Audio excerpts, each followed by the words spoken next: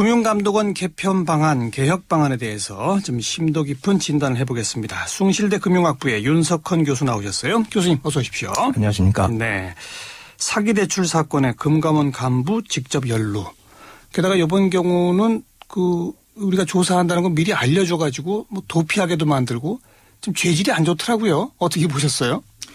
이 고양이한테 생선을 맡긴 꼴이 되었는데요. 그러니까요. 예. 금융기관을 감사하고 감독할 책임이 있는 금감원의 간부가 예. 불법 대출을 공모한 혐의로 지금 검찰의 조사를 받고 있습니다. 예. 물론 이제 검찰의 조사 결과를 지켜봐야 되기는 하겠지만은요. 예. 금액도 지금 상당히 큽니다. 그렇죠. 1조 8,335억 원. 맞아요. 그다음에 금융기관도 뭐 16개 이렇게 연루가 되어 있는 것 같고요. 예. 그중에서 2,894억 원은 또 갚지 않고 이 사람들이 흥청망청 맞아요. 써버렸다 이렇게 예. 지금 알려지고 있어서 예. 국민들에게 실망을 많이 안겨주고 있는 그런 상황인 것 같습니다. 이번 사건 하나만이 아니잖아요. 불과 얼마 전 저축은행 때도 금감원 직원들 이리저리 또 연루됐던 것들이 막 드러나지 않았었습니까? 한 3년 전에 이제 저축은행하고 관련해서도 예. 금감원 현 전 직원들이 이제 임직원들이 연루되어서 그때는 예. 그야말로 사회적인 파장이 굉장히 컸었습니다. 이명박 대통령께서 당시에 금감원을 직접 방문하셔서 아주 호되게 나무라신 적이 있었습니다. 그런데 그 후로 이제 사람들은 다 지금 잊어버리고 있습니다. 그래서 예. 잘 되겠거니 이렇게 생각을 하고들 계시는데 예. 갑자기 또 이런 사건이 이제 발생을 하니까 예. 한편으로 실망스럽고 또 당황스럽고 그런 부분이 있는 것 그러니까 같습니다. 그 3년 전 저축은행 때 금융감독원 개혁해야 한다 해서 개혁하겠다고 막 했었단 말이에요. 그런데 이번에 보면 제대로 개혁이 안 됐으니까 또 이런 일이 터진 거 아니겠습니까? 결국 내부 감시나 이 상호 감시 시스템 이런 것들이 제대로 작동 안 했으니까 금감원 간부가 이런 일들을 저지를 수 있었던 거 아닐까요? 그 당시에 이제 그 이명박 대통령이 질타를 하고 나서 TF가 구성이 돼서 예. 금융감독의 그 어떤 전반적인 개혁에 대해서 논의를 심도 있게 한 것으로 알고 있습니다. 다만 조금 아쉬웠던 것은 당시에 이제 이 금융감독의 하드웨어하고 소프트웨어 우리가 이렇게 구분을 할 수 있다고 한다면 예. 하드웨어 쪽은 이게 조금 어려운 문제다. 시간도 많이 걸리고 그러니까 조금 약간 밀어놓고 예. 일단 소프트웨어부터 좀 한번 보자. 그래서 그 TF가 제안한 그 안은 소프트웨어 중심의 여러 가지 안들을 담고 있었습니다. 예. 말하자면 금감원 직원들의 비리를 어떻게 할 것이냐. 그다음에 청렴도 조사 같은 것도 뭐 하겠다. 그다음에 그 검사 활동 같은 거를 이제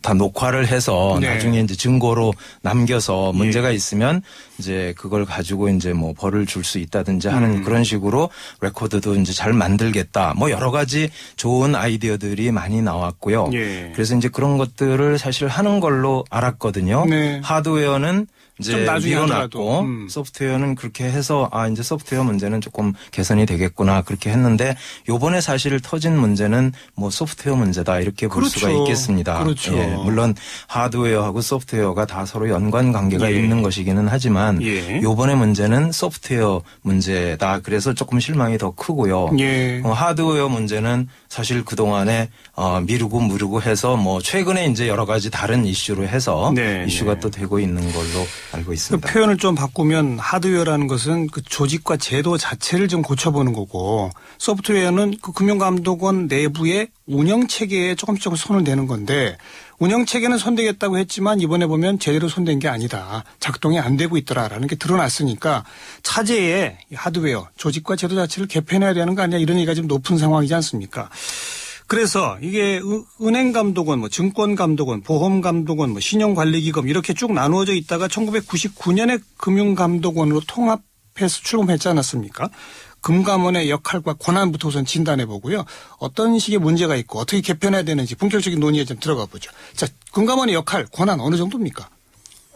그 말씀하신 1999년에 이제 통합감독 체계가 출범했을 때 그 전에는 은행감독원, 증권감독원, 보험감독원 이렇게 따로따로 있었습니다. 그런데 그게 이제 잘 아시겠지만 그 IMF 외환위기를 거치면서 이거를 통합하는 게 좋겠다. 그런 논의가 있었고 이 IMF 측에서 한국의 금융감독제도를 개편을 해라. 예. 이렇게 좀 푸시를 했습니다. 그래서 예. 그 전에 이제 금융개혁위원회가 구성이 되어서 이 안을 만들고는 있었는데 그것이 조금 유야무야 될 뻔하다가 IMF 측에서 이제 강력하게 요구를 했기 때문에 예. 그 안이 이제 법으로 만들어져서 예. 1997년 말에 그게 법이 금융감독기구 설치에 관한 법이 통과가 됐고 예. 그거에 따라서 1998년 4월에 금융감독위원회가 발족을 했고 네. 1999년 1월에 이제 금융감독원이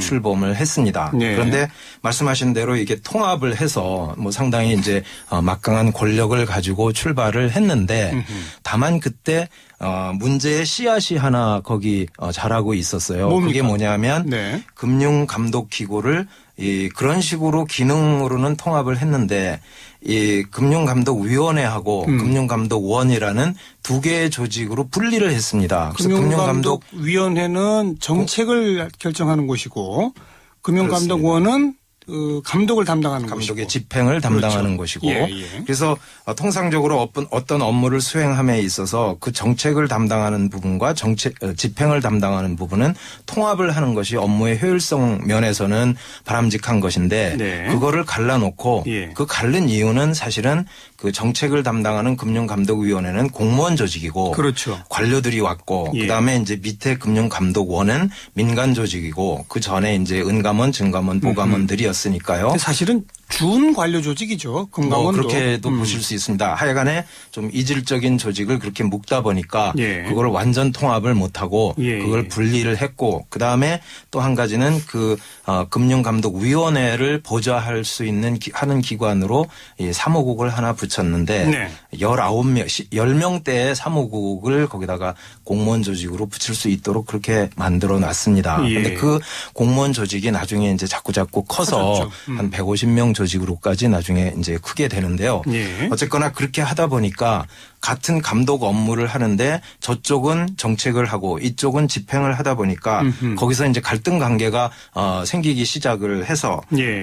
예를 들면 그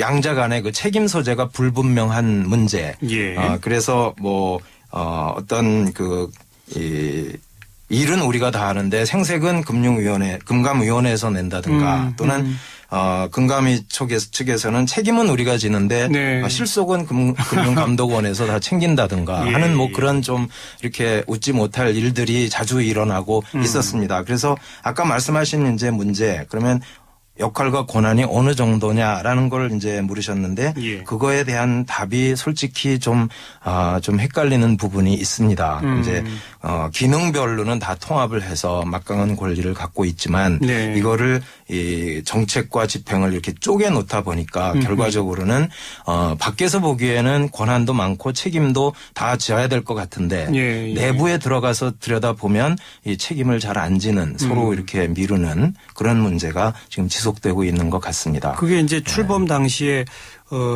잘못되었던 씨앗이라고 표현하셨는데 또 하나가 있지 않습니까? 그런 문제, 즉 정책 기능과 집행 기능의 분리라고 하는 문제 말고 금융기관이라고 하는 것은 고객을 상대하잖아요. 고객은 일반 국민, 금융 소비자들 아니겠습니까? 그럼 금융을 감독한다고 하는 것은 소비자 입장에서 감독해야 되는 것도 있지만 동시에 금융기관을 발전시켜야 되는 또 역할도 있단 말이에요. 금융기관을 발전시킨다는 것과 소비자 입장에서 소비자를 보호한다는 것이 서로 이율배반적일 수도 있는 거 아니겠습니까? 근데 그 모든 기능이 한 군데 모아져 있다. 이것도 문제 아니겠습니까?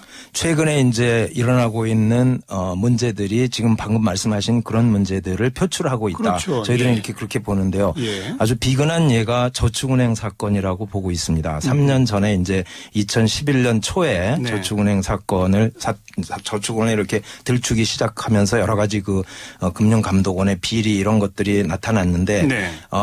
그러니까 직전에 뭐 2009년이라고 할까 그런 즈음에 어떤 일이 있었냐면 저축은행이 이제 어려우니까 저축은행으로 하여금 후순위채를 발행할 수 있도록 허용을 해줬습니다. 예, 예. 근데 후순위채라는 건 굉장히 위험한 유가증권이기 그렇죠. 때문에 뭐 사실 전문가 아니면 그거를 구입하기가 좀 어려운데 네. 그때 이제 높은 금리를 주겠다고 하면서 고객들한테 이제 후순위채를 팔았죠. 예. 그래서 결과적으로 그 많은 뭐 100%는 아니겠지만 상당히 많은 저축은행들이 무너졌습니다. 맞아요. 그렇게 해서 결과적으로 그 후순위채를 산 분들이 큰 피해를 입었습니다. 네.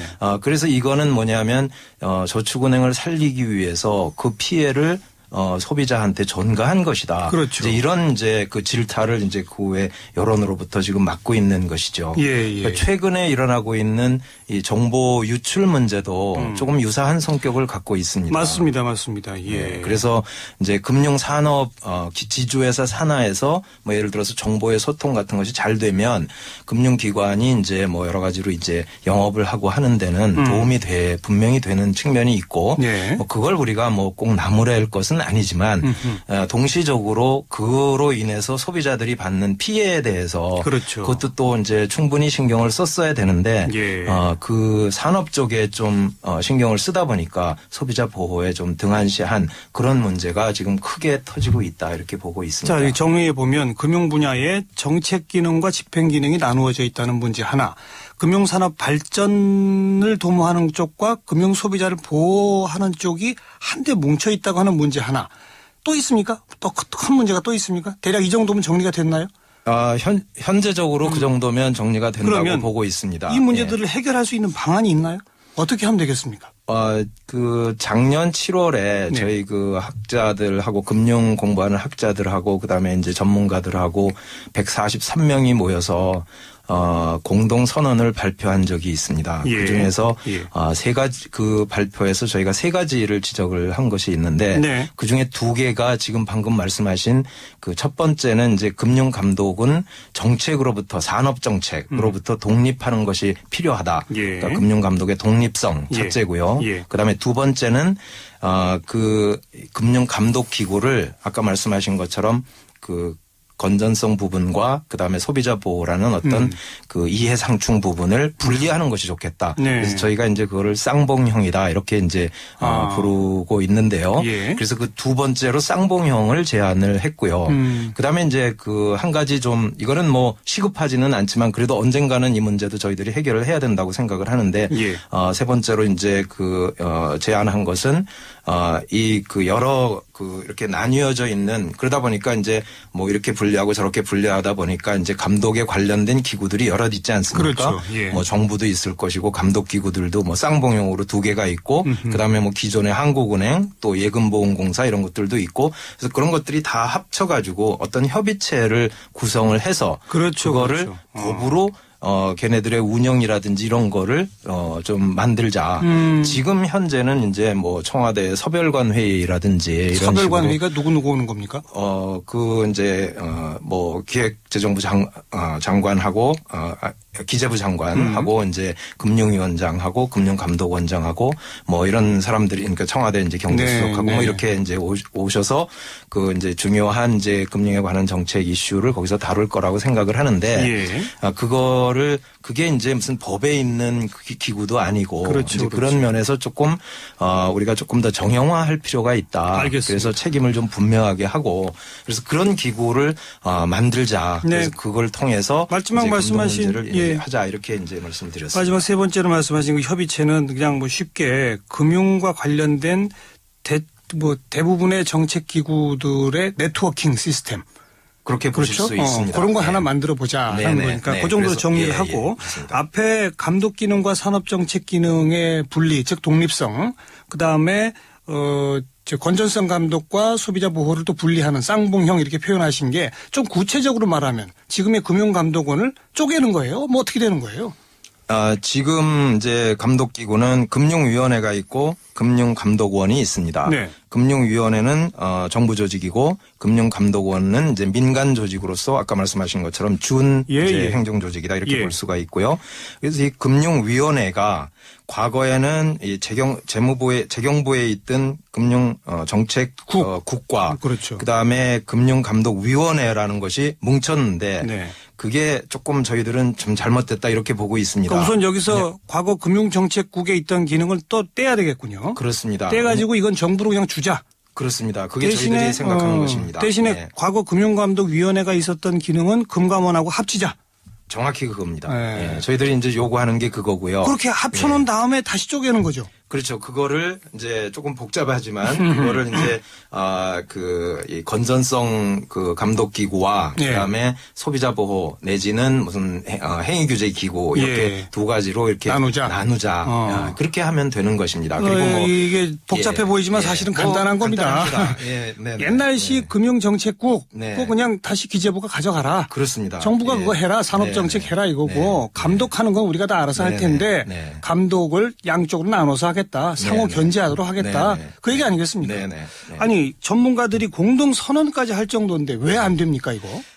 이제 한 가지 중요한 이슈가 거기 이제 담겨 있는데요. 그것은 이제 뭐냐면, 정부가 그 금융 감독을 놓고 싶지 않아 하는 그런 문제가 있습니다. 그래서 지금 이제 금융위원회는 정부 기구고요. 그렇죠. 거기서 이제 감독에 관한 뭐 총체적인 그런 권한을 행사하고 이제 집행을 하고 있는데, 그거를 쪼개서 감독하고 무관한 거는 기재부로 가라. 그리고 감독하고 같은 것은 이쪽으로 묶어라라고 하면 이 기구가 뭐 거의 피치 못하게 민간 기구가 될 수밖에 없는 그런 게 있습니다. 왜냐하면 이 조직이 굉장히 큰 거기 때문에 맞아요. 이걸 전체적으로 공무원 조직으로 끌고 가는 거는 전체적으로 굉장히 큰 부담이 있기 때문에 그래서 그런 문제가 지금 있습니다. 감독 기능을 정부가 놓기 싫어한다. 즉 권력을 놓기 싫어한다. 그거 아니겠습니까? 감독 기능이 직접적인 권력이니까. 그죠? 표현을 그렇게 하실 수도 있다고 게다가 봅니다. 공무원들 퇴직 후에 갈 자리 이런 거 챙기고 싶다. 이런 거 아닙니까?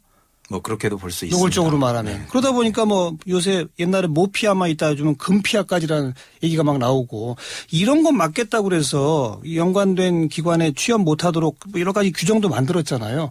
그런데도 얼마 전 발표를 보니까 무려 임원급에서만 100몇십 명 이런 사람들이 막 다 갔더라고요. 어떻게 그게 가능합니까? 못 가도록 하는 그 규제가 있는데도.